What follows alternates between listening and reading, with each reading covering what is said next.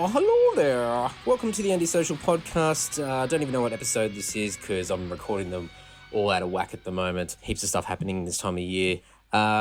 This episode is not brought to you by my wall-mounted Ice House Measure for Measure poster mounted thingo, and it's got a giant picture of Ivor Davies on there, and it's quite magnificent, to be honest. It's something that I can't even remember where I got it. I may have got it from an op shop for a couple of bucks. I'm sure somebody in my past will probably correct me on that one, but it's been lugged from house to house over the years since I've lived in Sydney, and it's just one of these great things that I've held on to, but I can't find a place to put it. And it's still got stickers all over it from where it looks like it's been in an auction lot sale, which I've just haven't got around to peeling off. I'd love to stick it up somewhere one day down the track, maybe when we move into our new house down the coast in a few weeks' time. Ivor Davies is like an Australian rock legend. If you're not aware of who he is, he's the front guy for Ice House. And if you don't know who Ice House is, shame on you. I would strongly recommend you go and check out some stuff of theirs on YouTube, and why not? I'll link some in the show notes as well.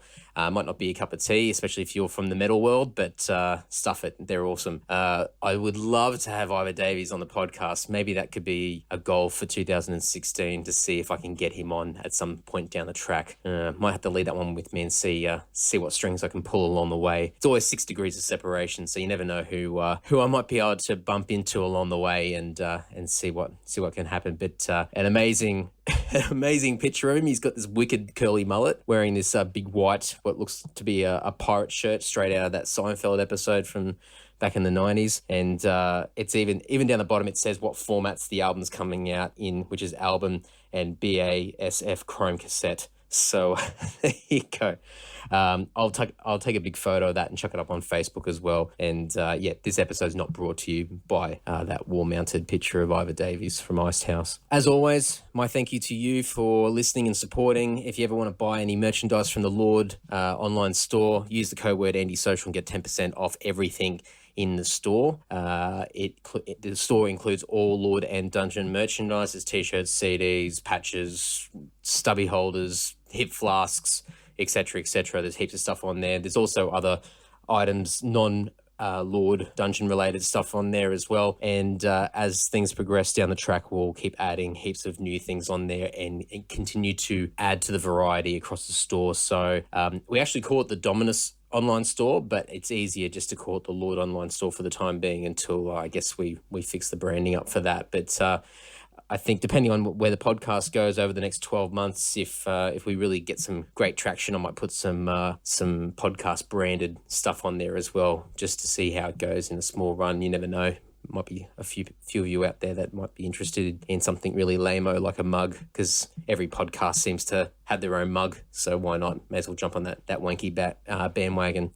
So this episode features a gentleman by the name of Andrew Hudson. Andrew is the front guy from the Melbourne thrash metal band Harlott. They've been around for a few years now, but still relatively new on the scene overall in the grand scheme of things, but have been doing a lot in the last couple of years. They've released a couple of great albums, and including their latest album, Proliferation, I believe. I should have written that down in front of me, which is out through Metal Blade, which is really cool. And it's great to see one of quite a few Australian bands that are really, really making a big mark now in the international metal world.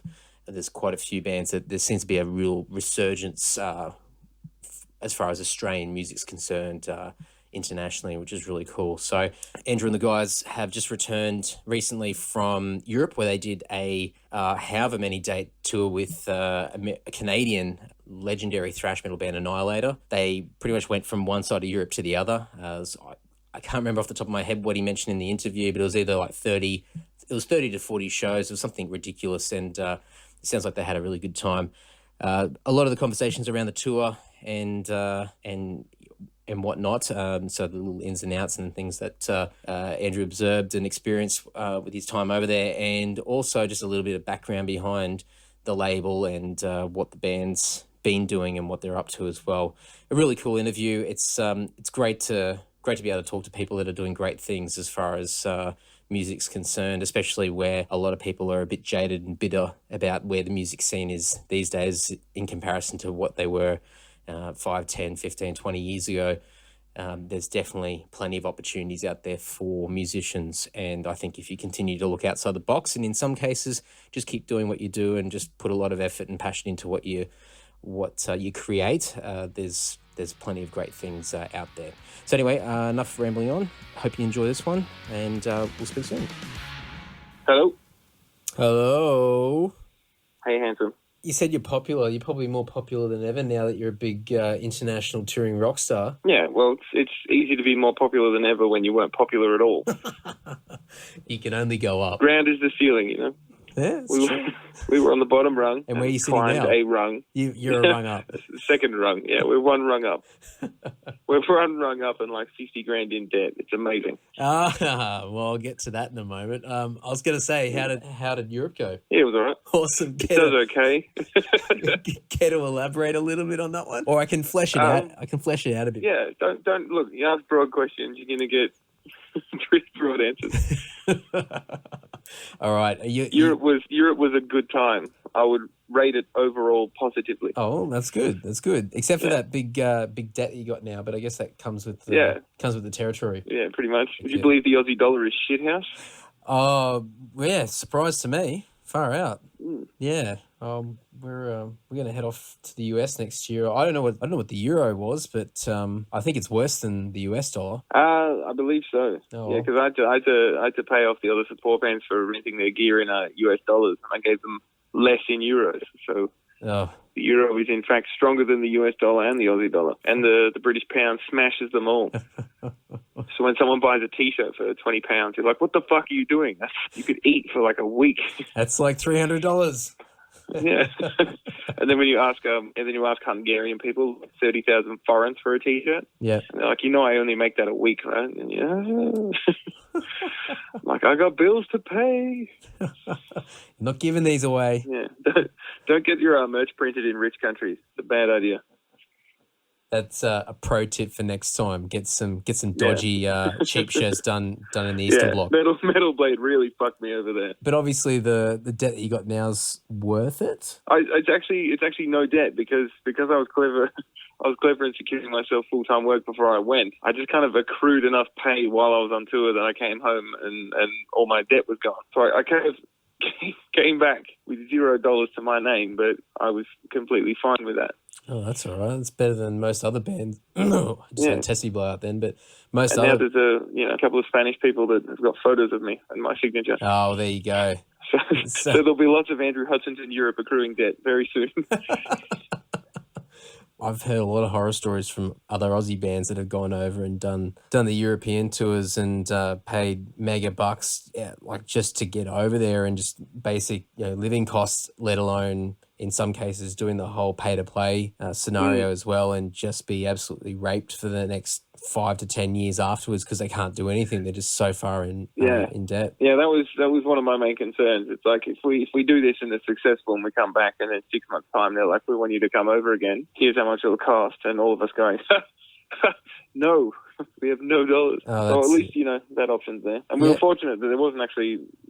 Jeff Waters was kind enough to not really expect to buy on. So all of the costs were like, would you believe that renting like a tour bus for 6.5 weeks with 2 drivers is incredibly expensive?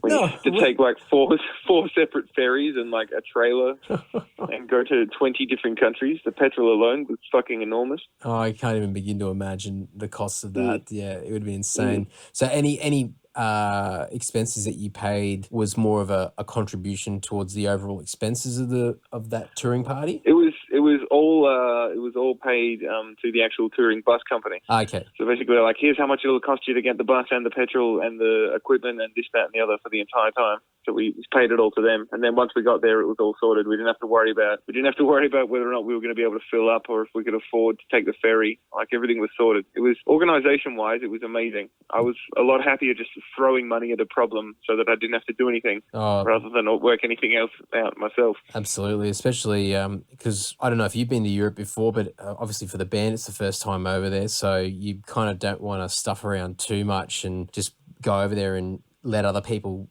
where you can, just handle most of the shit. So as you said, pay the money and just relax a little bit and just get on with doing the job at hand. Yeah. selling CDs Yes. and playing heavy metal. Yeah, that's right. Tough life, mate. I had, yes, man, it was fucking hard waking up at 2 PM every fucking day.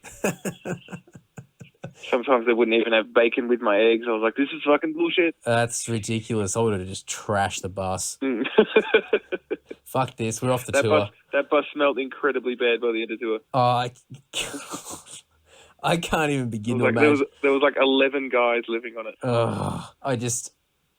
We'll do like 2 weeks of touring like through Asia in like the humidity, and just we're not even sharing the same area constantly for the entire time. Like we're jumping in and out of different hotel rooms and whatever, and that's bad enough. Like just between feet and after grog bogs and all sorts of just, I can't even begin to imagine what sort of hellhole. It's just a glamorous lifestyle. Oh yeah, that's it.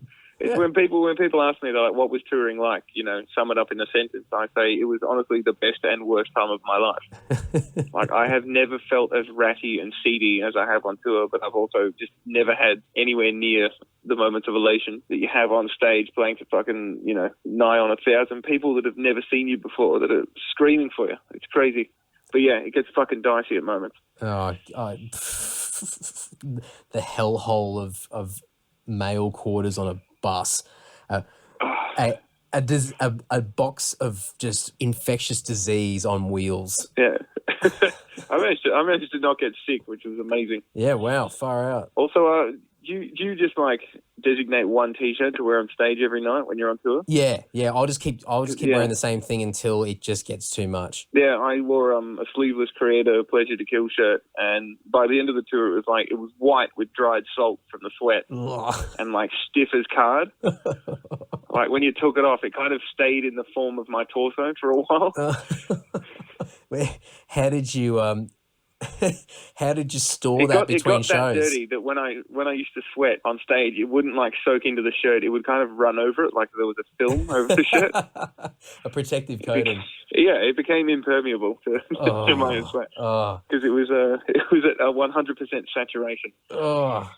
It was bad enough doing that with like playing, 2 or 3 shows in a row with the same pair of socks, and you know how I'm assuming that the shirt was similar to how socks get if you wear them multiple days in a row, and they just become hard. You get stiff socks. Socks I'm really wary of because like there's nothing worse than getting a bit of like foot rot. Yeah. So like, especially when you put the sock on and then you shove your boot over it and you just wear a boot for 12 hours that day. Oh, it's disgusting. You just get swamp foot. Yeah. Because my theory in the past was if I wear the same pair of socks for say 4 days, then I can just chuck them out because they're not worth saving, and then I can wear the next pair. Nothing will wash this out. Yeah, that's right. And then I can wear the next pair of socks for the next 4 days, and then throw them out. And so I'm like shedding weight as I go because socks are just so heavy, in the overall scheme of things. And I come back with a few pairs of socks less, and I don't have to bring. Well, the good thing about socks is they've got 2 sides. You can wear them inside out, and it's other way around. It's like your jocks. They've got forwards, backwards, inside out, forwards, and inside out, backwards. That's at least 8 days of wear. You can be quite resourceful on the road, to be honest. And actually, you get pretty good at hand washing socks in public toilet sinks. Yep. Yeah, I've done that. Just wringing out brown water. Drying them over the curtain rail of your bunk, and you're like, yes.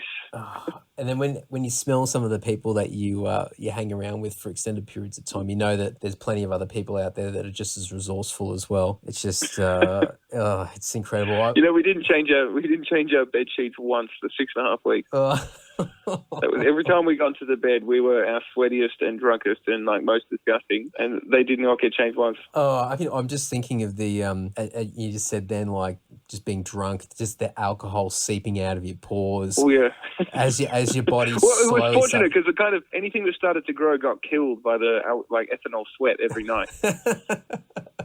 Just disinfect your own bed. It was a countermeasure. Yeah, great. No one shat in their own bunk. It was all good. Oh, that's all right. That's when it gets too far. I've seen people that throw up in their beds and just sort of push it to the side and and hope that it sort of dries up enough. Just put a towel on it. Because after a while, when it gets that dry, it doesn't really smell after a while. It just sort of goes and away. You can just flick it off. That's it. And you kind of get used to it. But shit's a different story. That just... the smell dies off a little bit, but it's more or less there. It's not going anywhere. It's a live culture of digestive bacteria. It's going to continue to ferment and break down the longer it sits there. It's not like a cow pat. It doesn't sit in the sun and bake hard. And with all that moisture that's in the bunk as well, there's no chance of that. This conversation's going really well, by the way. No, I'm loving the tangent we're going down. Really enjoying this catch up, Andy. Yeah, no, long time. Yeah. We always have these interesting theological debates. No, stuff that. It's all talking about bodily shitting fluids. and shitting and socks. Did anyone puke on the bus at all? Oh God, I don't remember. It might have happened. I don't think so. Not big enough. I'm not sure if many went. I think Thomas had a vomit at one point. Ryan probably did. That guy's literally got the worst bowel system known to man. It doesn't take much to upset him to the point of either diarrhea or vomit. Nice. That's what you want when you're touring. I don't recall vomiting, but who does when you get drunk enough to vomit? Well, recollection's not your strong point. No, well, the other week when I was down in Melbourne, when we played, and I went to Aylestorm, and at the end of the show, one of the guys from Lagerstein, the band from Brisbane, gave me I don't know how much was left in this bottle, maybe a quarter of Captain Morgan's, and just gave it to me and said, "Scull it." And he had his camera out, so I thought, I'm on video, and so. People might like me. Yeah. It's all about the likes. And and so bottoms up, and then I think within the next 20 minutes, don't know what happened, but I found myself walking up whatever street, trying to find my hotel with 40 nuggets in my hand. I don't even remember getting nuggets, and then finding vomit in my beard and just going, what's going on? And then luckily Adam, our drummer at the moment, because we've got a little Facebook group chat, and I was just writing these incoherent messages on the group chat. And so he wrote something like, "I'm coming out the front, I'll keep an eye out for you." So he's out the front trying to search for me, and all I can remember is him yelling out, "Andy, over here." And so and got up to the room, and then just chundered all in the basin. Luckily I got to the basin, and I just remember looking at the basin, it was just all McNugget right up to the top of the basin. And then I'm looking at it going, it's not going down the drain. And I keep thinking I've only got 3 hours until I have to get up. So we go to the airport, and I'm freaking out about that. And then I'm mashing my index finger down the hole into the plug. Yeah, to try and get push chunks of nuggets. Yeah, trying to push it through. And then you know what the most heartbreaking thing of the whole event was? Pass out. I wake up 3 hours later, just death warmed up, and I look over and there's still 20 nuggets left on the bench. And I go, oh, fuck yeah, nuggets. And then my guts just went, nah. And because I was just so pissed still, I got upset, really genuinely upset that I couldn't eat my nuggets. And the fact that I spent money on these nuggets and I didn't even eat them, and then remembering that I spewed up half of them anyway, and just being so down on myself. So this is a shocking way to spend $19.90. Oh yeah, it was a great investment. It was one of my finer moments. So it was a good time in Melbourne. 40 nuggets. Yeah. What a way to... Because you need 40 nuggets. yeah, everyone needs 40 nuggets in their life, definitely. It was the best decision. I do not even remember walking into a Macca's. I don't know where it was. I can't even remember seeing one between the venue and where we were staying as well. So I don't know what happened, but somehow they ended up in my hand, and then I checked my bank balance later. I could see I actually used my pay pass. I thought, oh, well, I've spent the money. But all I can but then I thought, whoever served me at that counter, what did they see? Who appeared? How on earth would... Who appeared in front of them, and how did they even get out of their mouth 40 nuggets? How did this conversation go down? How did this transaction take place? You always get worried about the conversations you've had when you can't remember how drunk you were. You always think, the amount of people I must have just insulted aggressively and racially abused because I'm a genuinely good person at heart. Oh, well, YOLO. Have you got a drunken alter ego name? Oh, no, not that I'm aware of. Have you? See, when I drink too much, there's someone that people refer to as Muggsy. Muggsy. Muggsy comes out to play. And his Muggsy a If you complete asshole? if you thought I was a surly motherfucker, you would not believe how aggressive Muggsy is. Oh, awesome. That's Muggsy's just an awful person to be around. So that's what the world needs. Yeah. So there would have been some interesting adventures when Muggsy comes out to play. Reproachable alcoholics. That's what we need. All right. Going back to the tour, I was going to ask you, and maybe we've already sort of touched on this, what was the biggest pain in the ass of that entire tour? Oh, God. Look, there was some pretty irritating moments. Often our sound check time would be very, very limited. We had to set up, like, needlessly quickly, get everything, like, mic'd up really fast and sound check, because it'd be, like, 20 minutes till doors and we were only just allowed on stage. And there would be about 7 stage hands that didn't speak English that were also, incredibly lazy. But there was no sense of urgency for them because they didn't give a shit. They were just like, whatever, I'm getting paid an hourly rate. Like, fuck it, I'm gonna run these mics at my own time, and that would get pretty annoying. Oh. And the fact that we were getting that little time to set up was, but look, you just kind of accept it. You just roll with you the realize punches. How quickly you can actually set up and sound check, and you get pretty efficient. I was going to say, by the end of that, how many dates was the tour? It was 34 shows. 2 of them, however, were cancelled. Ah, right. Where were they? We didn't end up going to Denmark, which I was pretty upset about because Aaron from Annihilator is allegedly mates with Michael Denner, and he was like, we can go around to his house. And I was like, oh, fucking hell, I'm going to meet Michael Denner. That's crazy. And the other one, the last show of the tour, like the last night when we were supposed to just like go crazy and let loose, the sound, like the power in the venue was so fucked that when the amps were on, they would buzz louder than the actual guitar signal.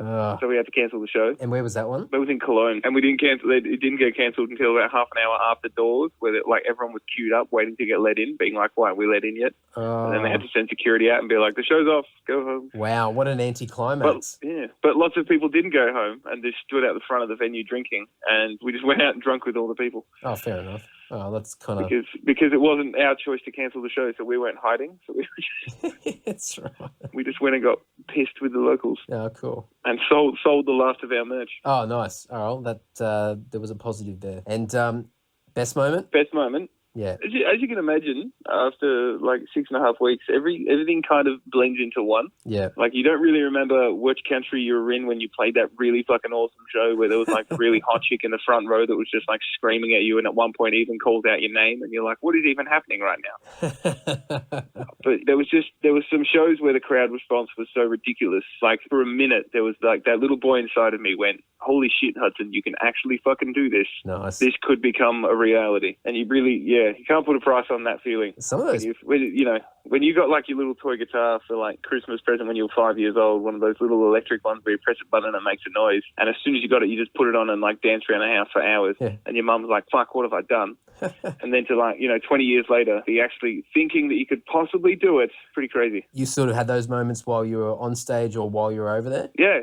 Like once every couple of shows, you just had that realization that you were, not only were you currently living your dream, but you may be able to actually pursue this. Yeah. Like things went that well response-wise and like even label-wise, like the Metal Blade reps that came down were absolutely stoked with everything was going, to the point where I was like, oh my God, we might get more tours out of this. And it was just incredible. That's cool. Scary. I'm absolutely knackered. I need a couple of months off, but I'm so doing that again. That's cool. It's I think it's a hard thing for a lot of people. It's like something I struggle with where I'm just in autopilot. I don't even take anything in. I'm too busy worried about the next thing and trying to get to the next thing and trying to make sure nothing falls apart. And it's only months later down the track that something clicks and I start thinking, oh yeah, that was a fun time. And but at the time, we had a good time. Yeah, that's it.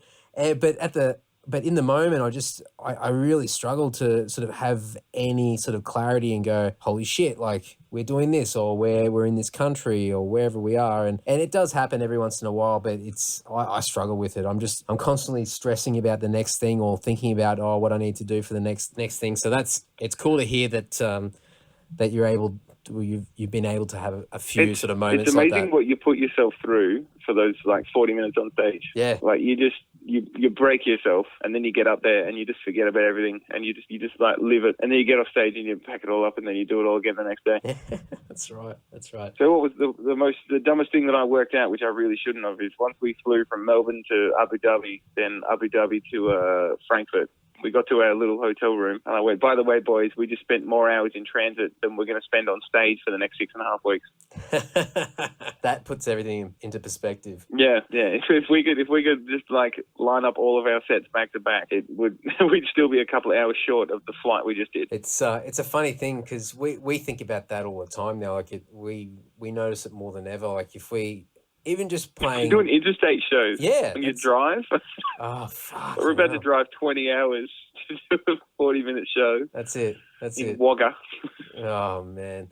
And it's just, yeah, that's it. All the travel time, all the waiting, all the sitting around, and you still have a good time. It's the journey's part of the whole process. But for the goal of getting on stage for, depending on the show, anywhere between 30 minutes and probably an hour or an hour and a half, depending on what you're doing. And it's just, I think anybody from the outside looking in probably doesn't quite understand the concepts, but it's a weird scenario that we put ourselves through. Yeah, we're weird people. On the topic of moments with best and worst or pain in the ass, going between all the countries and obviously going through checkpoints and at the borders and whatnot, do you have any sort of hairy moments at all, or any sort of... Switzerland can get fucked. Yeah, right.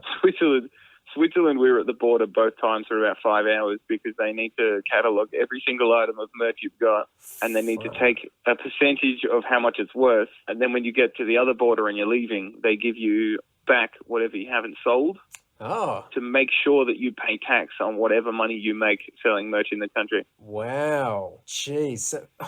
It was absolutely shocking.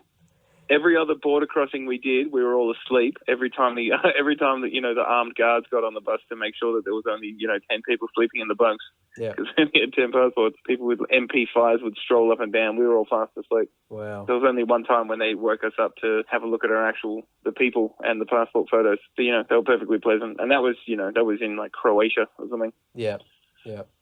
Wow. But yeah, Switzerland was hairy as. It was just frustrating. And they just grilled the shit out of our tour manager. And I think I might have seen some posts on Facebook from you guys. Was that the one where, like, because I've never been to Switzerland before, where it was just ridiculously expensive as well? Tom bought a large meal from Burger King, and it was $25 Australian.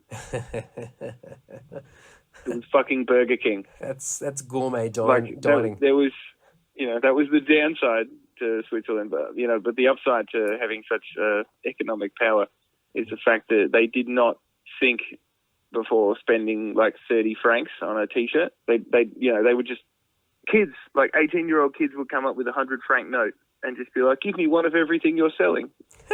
They just had money. They just had money coming out of it. It was amazing. Oh, well, I guess... from a business point of view, really great country to play. Yeah, right. But the richer the country is, the more boring the audience. Oh, right, yeah. Yeah, the economically dire countries, the crowds just go mental. Yeah, I've seen that. I mean, I've been to Romania and Serbia, and those crowds there were just manic. They were just animalistic, just crazy. And the Serbian crowd went nuts for our line check. Yeah.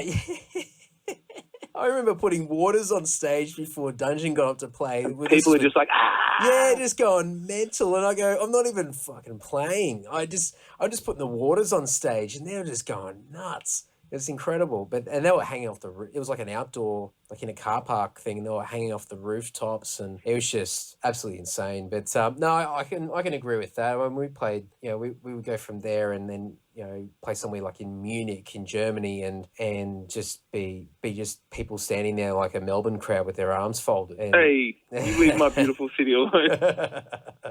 You guys have got a reputation. Mind you, at least you got a crowd down there. Sydney's got no one at the moment. At least there's people standing there with their arms crossed. Yeah, that's right. I'd rather a room full of crossed arms than... Disinterested Melbourneites than no Sydney goers. Yeah, just no one, an empty room. Oh, there you go. So that's Switzerland, eh? Yeah, the German crowds were... Germany's a good country to play thrash. Yeah, thrash. Everyone was warning us, like, the Germans are a bit snobby, and like every single person that walked through the door was wearing a battle vest, and I was like, I'm sorted.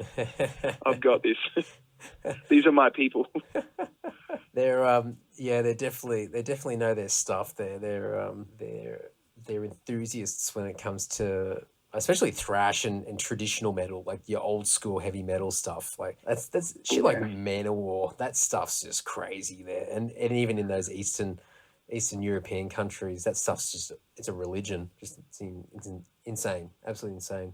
Germany was fantastic. All right, here's a weird one for you. Something I noticed overseas that I did not expect to see is the amount of airborne patches I saw. They're huge. They are absolutely huge. I had no idea, and every single person like this, every battle vest had an airborne patch, and I was like, "What the fuck is even going on?" Because even Rose Tattoo are still massive over there. Like they still do a lot of major festivals, and especially in Germany, the Germans worship. They lap up that stuff. And so, and they love AC/DC, and then that's where, you know, obviously Airborne's come in and they're just gone, oh yeah, I can pump my fist to this, and you know, and chant the 3 words that they're yelling through the mic, and they love it. They absolutely love it. But I mean, we've got a song, there's a Dungeon song, Steelheart, and it's the dumbest fucking song Tim's ever written, and it's just so... And the competition there is pretty steep. and this, you know, it's such a dumb song, but it's just one of those songs that you play live and it goes down fairly well, so we just always keep playing it. But that's the one that Germans just get so passionate about. They will not stop talking about how Steelheart's their favourite song. And I've got...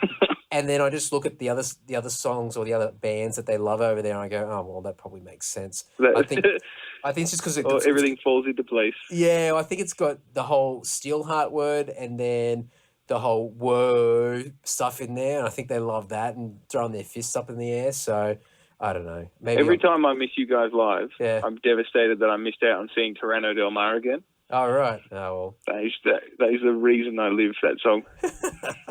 Well, I don't even know why. I've been... I'm certainly sick of playing that song, but I don't think it's going anywhere anytime soon. It can't. Yeah. Tim lives for that moment of being like, "Ooh, do we have any pirates in here?"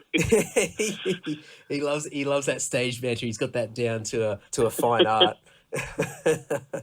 And I think everyone, we always live in hope, or at least, I don't know about the other guys, I'm sure they're the same boat, but we always live in hope that whenever we play that song and we get to that middle section with the sweeps, that there's at least a few people in the crowd that have never seen us before, and they go, oh my God, look, there's 2 guys sweeping. And that's enough, because it used to happen quite a bit, and then we stopped playing it for ages because we played this song to death, and then we started bringing it back, and so every once in a while you'll get one guy who's just drunk as fuck at the end of the night just going, oh man, that crazy stuff in the middle is amazing. That bit in the song, it was like... Yeah, and I'm like, cheers, mate. You want to buy a CD? It's on this one. And how good do you get at doing that? Oh, yeah, I'm working. Dude, that set was so good. Thanks so much, man. Have you got our albums? Yeah, that's right. Yeah, you can get that one straight from here. And if you buy a second one, I'll give you €10. Pick it up. I'll give you $5 off if you buy more than 2 or whatever. Oh, here's a combo deal. Yeah. I've worked. I've definitely improved my sales techniques working that merch table over the last few years. I had to develop mine from scratch. Yeah. It's tough to begin with because you really feel like you're whoring yourself big time. Please come over and buy something from me. You know, we're good. I promise. I promise that you won't regret it. I'm not a bad person. Yeah, that's... I need to eat. I need 40 nuggets now. Yeah, that's right. Dying. I promise I won't spew them up everywhere. Going back to the tour you're mentioning with Metal Blade, and I probably should have just made a bit of an effort and looked it up online, but with Metal Blade... That wouldn't be the Andy I know, though. Yeah, thanks, mate. Thank you. Is it just in Europe, Metal Blade Europe, or is it? Have you got a worldwide deal with Metal Blade? We've got worldwide distro. I've seen photos of people who bought it in the US and have loving the album. Cool. So you can get it in other countries. I believe they sell to countries that they don't have distribution for. I think some of the South Americans, they just sell direct to the store. Yep. Which they do as well. So it's it's worldwide as far as I can tell. I'm pretty sure if you walked into JB and said, I'd like this album, they'd be like, we don't have it, but we might be able to get it. Yeah. Oh, I think that's... Be in their catalogue, yeah, definitely. Oh, cool. And what's how long's it been out for now through Metal Blade? Since September 18th. All right. And came out on the same day as Annihilator's new album. Oh, was that... Yeah. Are they on Metal Blade? No, they're not. They'd probably be on their own record label. I'm pretty sure Jeff Waters does everything himself now. Oh, right. So Water Sound Studios and Neverland Touring or something. Oh, right. Yep. Okay.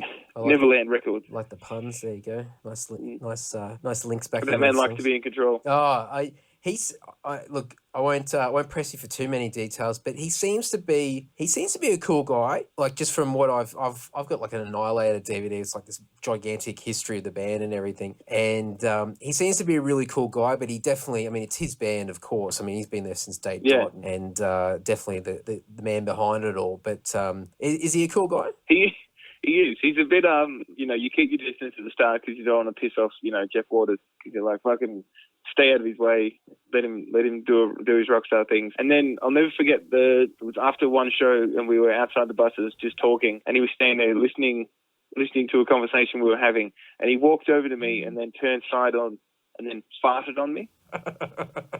And he just went, good talk, and like walked off. And I was like, oh my God, I can't believe that just happened. And everyone else in Annihilator were like, nah, he farts on everyone all the time. If he farts on you, he likes you.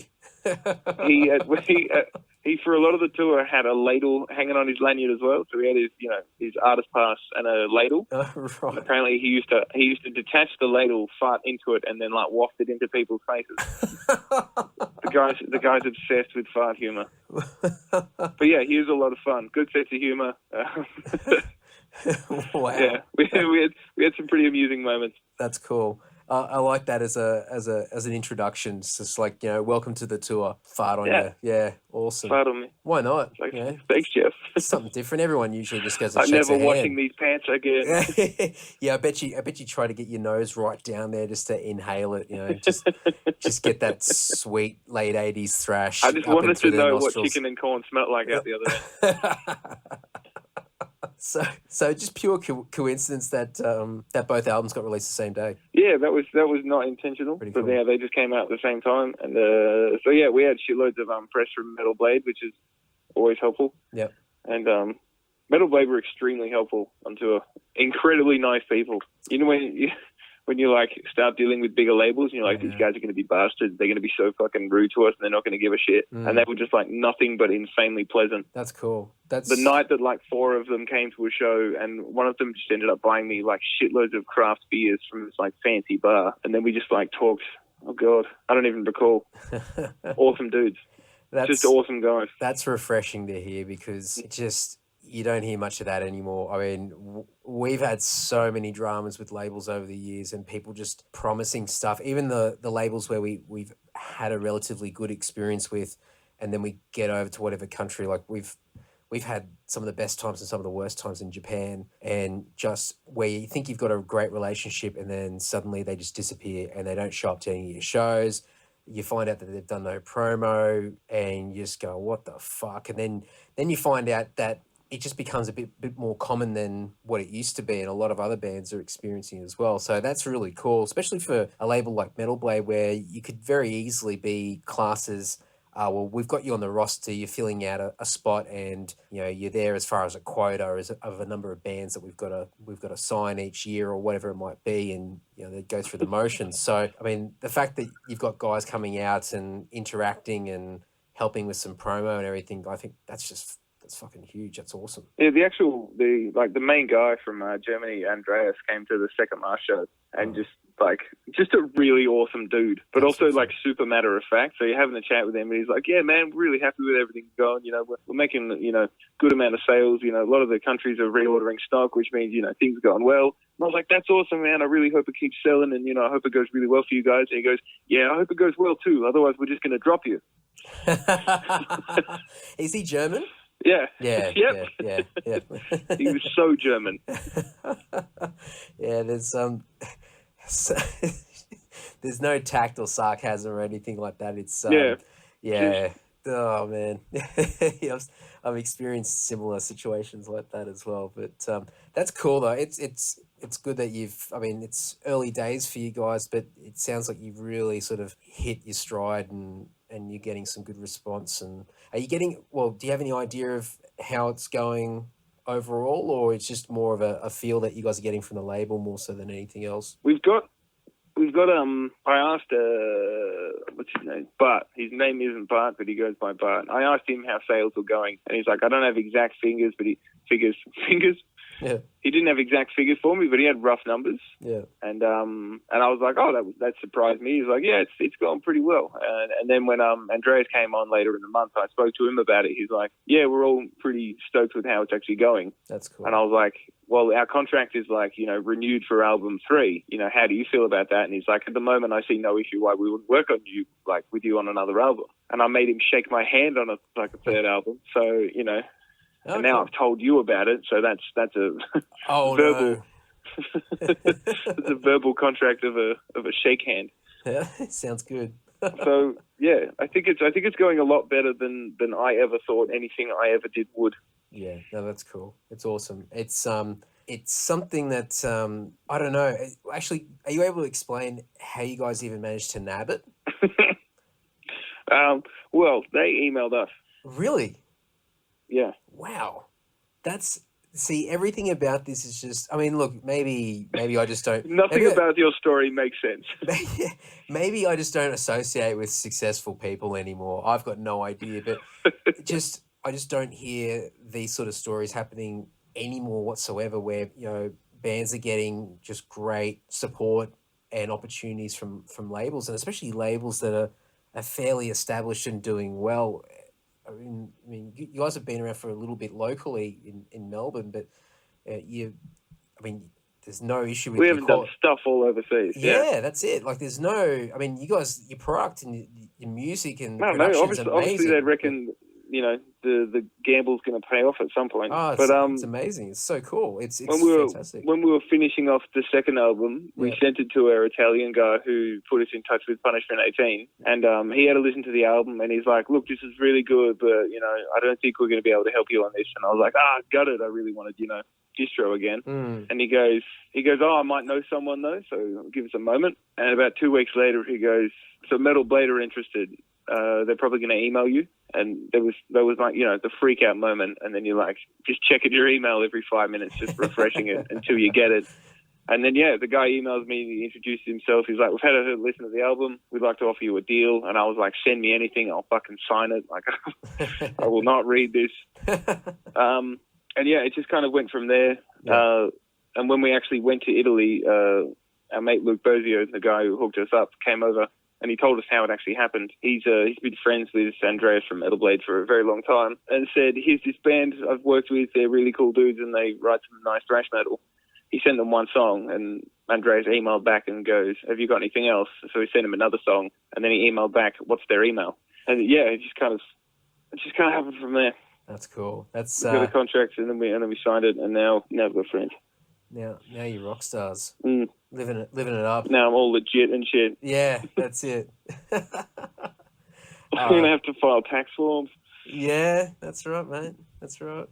No, it's cool. It's just so awesome, and it's good to hear that somebody's just making some headway and getting some much deserved success. It's cool. I mean, how much I've been sort of carrying on about your music and everything online and talking to people about the last album and everything. Mate, honestly, I blocked you a long time ago. I've got no idea what you're up to. So yeah, it's all the rant posts that I too much flooding on Facebook. I need to get a life.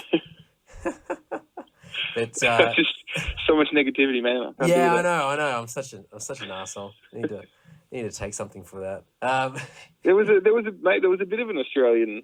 There was, other than the airborne patches, we did actually run into Neo Liviscaris in Nuremberg. Oh yeah. They were touring with Cradle of Filth at the time. Yeah. And I did see, I glimpsed, there was plenty of Mortal Sin shirts at the German shows. Yeah. Old school thrash. But I did see a Trolled Hogan shirt or two. Yeah, right. That's cool. Yeah, I saw some Bellacore stuff. That's awesome. There was a couple of Aussie bands that were, especially the patches. Yeah. A couple of Desecrator patches, Malice's Wake patches, stuff like that. That's cool. There's definitely there might have been a Suicide patch even. Yeah. Oh wow, far out. Yeah, it's just there's more bands than ever that are getting over to Europe now, and there are more opportunities. A lot of those bands, most of those bands are sort of relatively DIY and are doing a great job. And there's a few of you guys now that are getting some great label label support as well. But it's definitely the doors seem to be opening for a lot more bands now than ever, and I think a lot of Aussie bands are starting to get it and go, you know what, there's a lot to be had internationally, and while it's really really fucking expensive to get over there, but if you do it right and you're smart about it, then you can make it work. You just can't be an idiot about it and just dive in and go into instant debt for the rest of your life. There's a few bands I look at that get these gigantic, awesome European tours, and I definitely won't drop any names, but I just laugh because I find out how much they're paying to play it without even factoring in any travel expenses or anything else, and just going, how the hell? Like, either you've got somebody well and truly cashed up sitting behind the scenes, or you're going to go into severe debt instantly. And the worst thing, and actually I was going to ask you about this, I will, a lot of bands do fuck all after they go and do these awesome tours in Europe. They come back and they can't afford to do anything. They can't do anything, and they don't ride on they don't ride the hype at all. No, that's it. They don't do any press. They don't. I mean, even for a lot of bands, and I think you guys did a bit while you're overseas, but just not even just doing the internet, social media sort of stuff, and the online promo, and just all these missed opportunities. Yeah, I'm slowly begrudgingly accepting how important social media is. It's like I really hate it, but God, you've got to use it. You gotta. And there's smart ways of doing it where you're not spending all your days online all the time. You can sort of stagger out and schedule stuff and automate it and whatnot. But yeah, it's so crucial now for bands to have more presence on all these stupid platforms like Instagram and Facebook and whatever else is out there. But Twitter and Instagram and that's it. You got to keep up with the times. Down the other, yeah. As far as next steps for you guys, and you mentioned that a bit of networking in Europe and chatting to people and hopefully some more touring opportunities and whatever. Is there any particular plans for next year at the moment, or just... there's a couple of stuff in the pipelines that we haven't. I've yet to see the contracts though, so we'll see what happens. Yeah, cool. So we've got about 3 potential ideas, 1 dream, and one definite goal. Oh, cool. Sounds good. About all you need, really. And is it going to be more, without trying to press for info, but is it more of a case of just continuing to push the album? So it's more or less touring that you're going to be pushing next year. Yeah, pretty much. Yeah, cool. Sounds good. Just pushing albums we got, working on another album that we don't have, writing music because, that's what I like to do. Because you're a creative soul. Yeah, I am. I'm deep, man. You're deep. You're deep as. You're a deep thrasher. And all right, so the next 12 months, lots of stuff in the pipeline. Stay tuned. But if you went back 12 months prior compared to then to now, this might be a bit too vague of a question, but what's the biggest change that you can see, whether it's yourself or the band? Oh man, I've got the biggest fucking ego now after Europe. Headline spots everywhere now. Before I thought I was amazing, but now I know. So initially you're just a lovable cunt. Now you're just a cunt. Yeah. Now I'm just flat out cunt. I often think about what we've done in the last 2 years, and I kind of freak out that it was, since November of 2013, we've released both of our albums. We got signed to Punishment 18 and then Metal Blade. We did an Australian tour and we've done a European tour. And I honestly didn't ever think that any of that was ever really going to happen. So I just kind of take everything as it comes and just kind of enjoy it. Enjoy it while it's I never really thought any of this was going to happen. I certainly don't think I deserve any of this is happening. I'm just kind of, got rolling with it. It's cool. I'm fortunate that everyone just tells me what I should and shouldn't do. Well, actually, I was going to ask that. So within your band, do you have your designated mother or AKA, designated band manager? Well, I spoke about my nickname Muggsy before. On tour, it was Muggsalini. Gotcha. Yeah, I was somewhat of the dictator. Yeah, right. Oh, mate. Yeah. Someone's got to do it. Someone's got to rein in musicians. They're not the easiest people to organise at the best of times. No, especially if you need to be at a certain place at a certain time, and it's some people don't grasp urgency. They don't grasp that as a concept. They don't understand it, nor do they appreciate it. Yep, and don't understand the concept of other people around you and things that other people may or may not need due to your presence or your non-presence. Yeah. So it's no, I can relate to that. You spend 6.5 weeks on a bus with certain people, and you start to realize how loudly they breathe at times. If they've got a nose whistle, it becomes all you can fucking hear. Yeah, like that scene in The Simpsons when Ned Flanders is in church next to Homer, and his nose is whistling as he breathes. It was like that. Was it a case that by the end of that 6.5 weeks, when you got home, there was just like, all right, guys, it's been fun, but I don't want to see you guys for at least a few weeks. It was see you fuckers in Adelaide. We had a gig planned like 3.5 weeks later, and we were like, I don't want to see any of you until then. Yeah, we went to an airport, and then we met all back at an airport 3.5 weeks later. We get like that after to do a 45-minute flight. We get like that after a weekend together. It's just like, that's enough. that's enough. Yeah. Oh, cool. All right, man. Well, I'll let you go. Thank you so much for having a chinwag, and not a problem. I'll chuck all the links to the album, and you can give me some preferred links, because you still got your online store, don't you? Actually, what happens with your Metal Blade stock? Do you guys get given stock to sell as well as... We got handed a big bunch of stuff when we landed in Frankfurt to sell, and we organised, you can order more because they've just got distributors, so it's pretty handy. We got like 100 free CDs and 50 free vinyls, and the rest we just had to like buy at cost price. Which they've got obviously good printers, because the cost price was like a fraction of what I pay for t-shirts down here, so it's pretty good. Mega jealous of you guys being on vinyl as well. That's that's kind of cool. It's a bit weird because I just don't listen to vinyl. No, who listens to vinyl? You just buy it and you just stick it in the shelf or put it on the wall and go, oh yeah, look at that, yeah, I've got a vinyl. Check that out. That's fine. Awesome. Well, I'll put a bunch of links up so people know where to buy your stuff. Look, it's lemonparty.org. Yeah. If I put that link on my site, I've got a feeling I'm going to get blocked somehow. Someone's going to...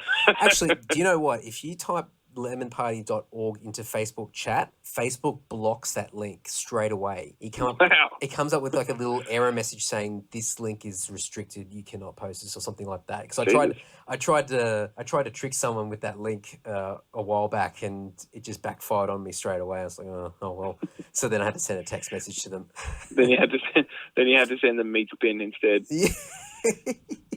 I haven't tried typing that link in. I might have to see whether that one works or not. Yeah. Oh, cool. Oh, thanks, mate. And I might catch up with you next year when you guys have got a few more things to announce. No worries, man. I'll see you around. See you at the top. Right. Thank you for listening. Hope you enjoyed that one. It was a really cool one with Andrew. We'll have to catch up in the new year once they've sorted out some of those plans that hopefully will come to fruition for them. I'm going to put all the links to Harlott in the show notes, where you can pick up the albums, and especially through Metal Blade as well. And everything we spoke about, I'll put all links through the show notes. As said at the start, this episode was not brought to you by my wall-mounted Icehouse poster of Ivor Davies. I'll put a picture up of that with him with his beautiful shiny mullet. And as mentioned before, 10% off through the Lord online store. Use the code word antisocial, lord.net.au/store. Heaps of Lord and Dungeon merchandise, as well as a bunch of other things in there as well. Find me on Facebook, Twitter, and Instagram. Get on there, get interactive, like, share, comment, retweet, whatever the hell you do. It all helps get more activity to the pages and increase awareness and and more reach and coverage to more people to hopefully attract them to this podcast and listen to my angelic voice. And of course, iTunes as well. Get on there, leave me a rating or a review. It's piss easy. And if you use another device, if you use Android or you use another platform, if there's any way of leaving comments on particular pages, even if it's on my website, if you want to leave a comment, if you're listening directly through the website, so which would mean you're in front of a computer right now, scroll right down to the bottom of the page, which should already be down there, and you should be able to leave a comment on there. And if you can't, I'm not in front of my computer right now, but I could be mistaken, but I'm pretty sure there's an option there to leave comments down the bottom. So get interactive, share stuff around on Facebook, and if you do know people that would enjoy this interview or any of the other episodes that I've done in the past, please pass it along, because the more people we can get to tune in and listen, the bigger and better I can make this and return the favor back to you guys with great guests and great giveaways and great discounts and all sorts of stuff along the way. Heaps of stuff coming up, lots more recorded episodes. I don't even know when this one's going to come out, so I'm not even going to carry on about that, but thank you as always for listening, and if you're new for the first time, I hope you enjoyed it, and hopefully you'll be tuning in for the next one as well. Thanks guys, and speak soon. You're ready.